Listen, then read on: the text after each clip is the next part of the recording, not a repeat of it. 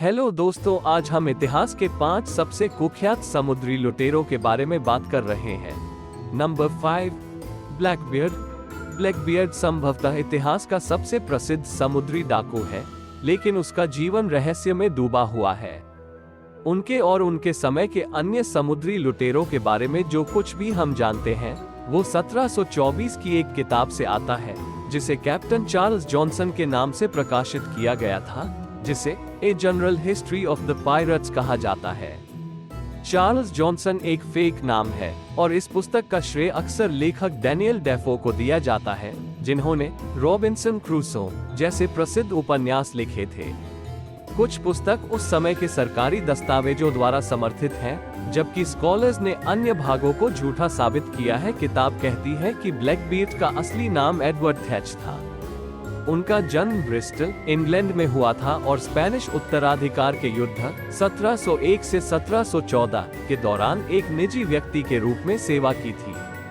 1716 में वह कैरेबियन सागर में और दक्षिण कैरोलिना और वर्जीनिया के तटों पर अपने जहाज क्वीन एनी रिवेंज में समुद्री डाकू बन गया।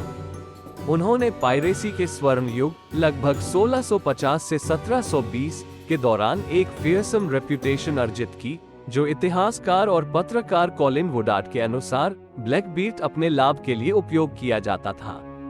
वुडार्ड ने ऑल अबाउट हिस्ट्री पत्रिका को बताया, ब्लैकबियर्ड ने एक भयानक छवि और प्रतिष्ठा पैदा करने की पूरी कोशिश की, जिसने उनके दुश्मनों को बिना किसी लड़ाई के आत्मसमर्पण करने के लिए प्रोत्साहित किया।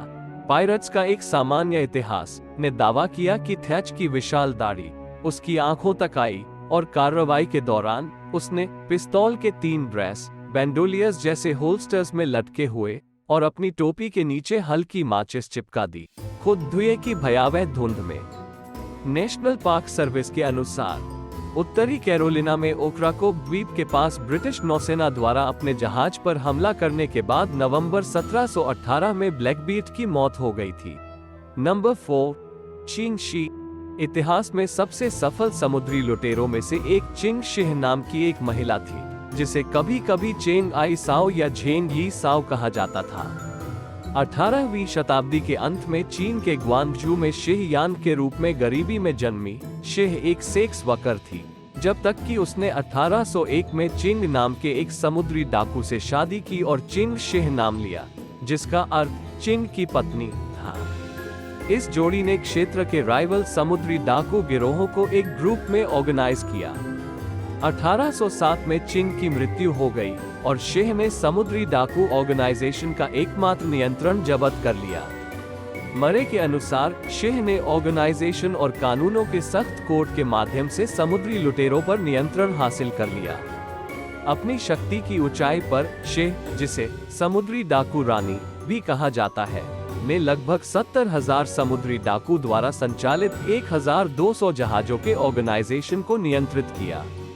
शिह ने 1810 में ऑर्गेनाइजेशन को तोड़ दिया और चीनी सरकार के साथ आत्मसमर्पण समझौते पर बातचीत की। न केवल समुद्री लुटेरों को उनके अपराधों के लिए क्षमा कर दिया गया, बल्कि कुछ को अपने जहाजों को रखने की अनुमति दी गई और वे चीनी नौसेना में शामिल हो गए। Number 3, sir Francis Drake.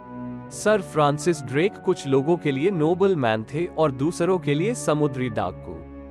1540 के आसपास डेवोन, इंग्लैंड में जन्मे ड्रेक बीबीसी के अनुसार दुनिया भर में घूमने वाले इंग्लैंड के पहले व्यक्ति बने। हालांकि यह एक प्लान एक्सप्लोरेशन नहीं था, बल्कि अमेरिका में स्पेनिश जहाजों पर रेड मारने के उनके लक्ष्य का पार्ट था।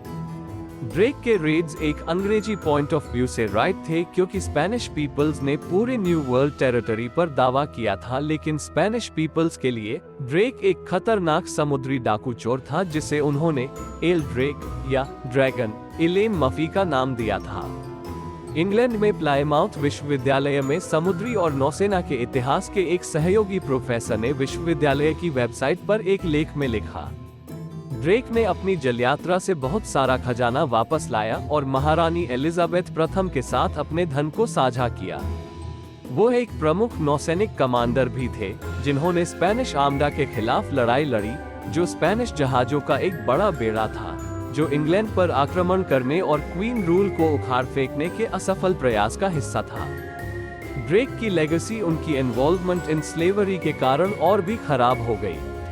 उन्होंने अपने चचेरे भाई और नौसेना के कमांडर सर जॉन हॉकिंस के साथ गिनी और सिएरा लियोन की कई यात्राएं करके और मफी के अनुसार 1400 अफ्रीकी लोगों को गुलाम बनाकर अफ्रीका में अंग्रेजी दास व्यापार शुरू करने में मदद की। 1596 में पनामा के तट पर डिसेंट्री से ड्रेक की मृत्यु हो गई। नंबर 2, एनी बोनी। एनी बोनी एक महिला समुद्री डाकू थी जो अपने पुरुष काउंटरपार्ट्स की तरह ही खतरनाक थी। रॉयल म्यूजियम ग्रीनविच के अनुसार दक्षिण कैरोलिना जाने से पहले एक बागान मालिक की बेटी बोनी का जन्म 1698 में आयरलैंड में हुआ था। उसने 1700 के दशक की शुरुआत में कैरिबियन के लिए अपना जीवन पीछे छोड़ दिया और खुले समुद्र में चली गई। बोनी ने कैलिको जैक रैकहम के जहाज पर समुद्री डकैती शुरू कर दी। नंबर 1, मेरी रीड। बोनी अपनी समुद्री डकैती में अकेली नहीं थी। उसकी एक साथी मैरी रीड थी जो रैकहम के क्रू का भी हिस्सा थी। रीड का जन्म लंदन में हुआ था और उन्होंने एक आदमी के रूप में भी कपड़े पहने थे। जब वो दूसरे जहाज पर काम कर रही थी, रैकहम द्वारा एक शिप पर कब्जा कर लिया गया था और इसलिए वो रैकहम के दल में शामिल हो गई। बोनी और रीड दोस्त बन गए, गहरे समुद्र में एक साथ लूटपाट की। उन्होंने एक हाथ में चाकू और दूसरे हाथ में पिस्तौल लेकर लड़े थे। स्मिथसोनियन मैगजीन के अनुसार उनकी समुद्री डकैती के शिकार ने गवाही दी कि वे जहाज पर बहुत सक्रिय थे और कुछ भी करने को तैयार थे।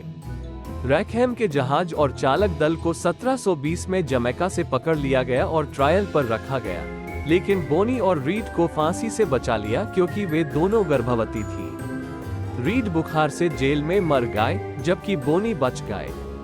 उसके पिता ने उसे जेल से रिहा करा दिया और उसे वापस दक्षिण कैरोलिना ले गए, जहां वह 84 वर्ष की आयु तक रही।